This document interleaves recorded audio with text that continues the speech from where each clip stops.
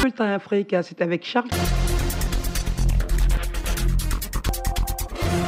L'actualité africaine par la Tunisie, négociation avec le gouvernement du travail, UGTT, général de la fonction publique aura ce 22 novembre de l'État devrait être. Le refus du gouvernement de Youssef fonctionnaire, les augmentations par la centrale syndicale, l'Union générale demande environ plus de 200, un montant qui n'est pas pris en tas, et souhaite porter de 14 à 17% du difficile à prendre en compte, tenir ses engagements auprès des, notamment sur le gel des salaires de certaines entreprises publiques, qui ont à plus de 7, impactent sévèrement le pouvoir d'achat. 7 octobre dernier, pourtant, augmentation salariale moyenne pour les agents des entreprises. Si ce consensus laissait prise même mesure au corps aérien, le Fonds monétaire international, puis toute majoration salariale. Le secrétaire général a, dans les faits, l'État d'AP, ce sursoit de dépenses qui finance 2019 à l'Assemblée des représentants du 10 décembre.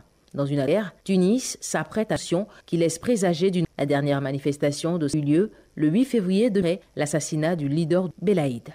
Une BV dans un village du sud-est qui a ouvert le feu sur personne.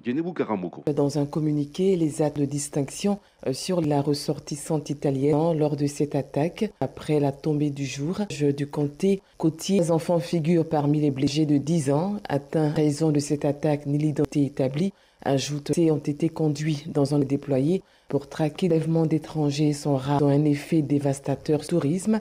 Une série d'autres en 2011 avait été britannique et l'enlèvement de son station touristique sur une. Plus tard, une Française avait été l'archipel de Lamou, liste armée du groupe radical enlevé 2 humanitaires réfugiés de Daba, somalienne. En sanctionnal décrété après l'attaque du 15 novembre d'Endao qui a fait 60 morts. Plusieurs équipes se sont rendues à évaluer la situation et les besoins incertains. Les conditions qui ont conduit aussi imprécises et provoquent notamment celle de l'action de la mission onusienne Vladimir Mofouré n'était pas attendue en nombre suffisant.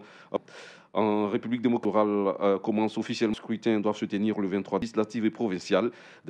Mais si la CENI tout mettre en œuvre conformément à les délais, de nombreuses incertitudes pèsent encore sur l'élection, notamment l'absence de machine à voter. Une partie rejette, considérant qu'elle n'est ni. Le fichier électoral est aussi corrompu par des candidats électeurs enregistrés. C'est car après avoir déposé 200 devant la haute cour, Marc Ravalomanan, qualifié présidentiel, a finalement. La Haute Cour constitue la lettre de désistement a finalement à traiter que 7 un collectif de candidats. Rajoinement Pian, le président, autre l'annulation du scrutin à André Rajoel, qui donne le traitement des résultats utilisant à ses requêtes et les le 28 novembre prochain. Merci de l'avoir suivi. Le bulletin d'info, Arles Cablan.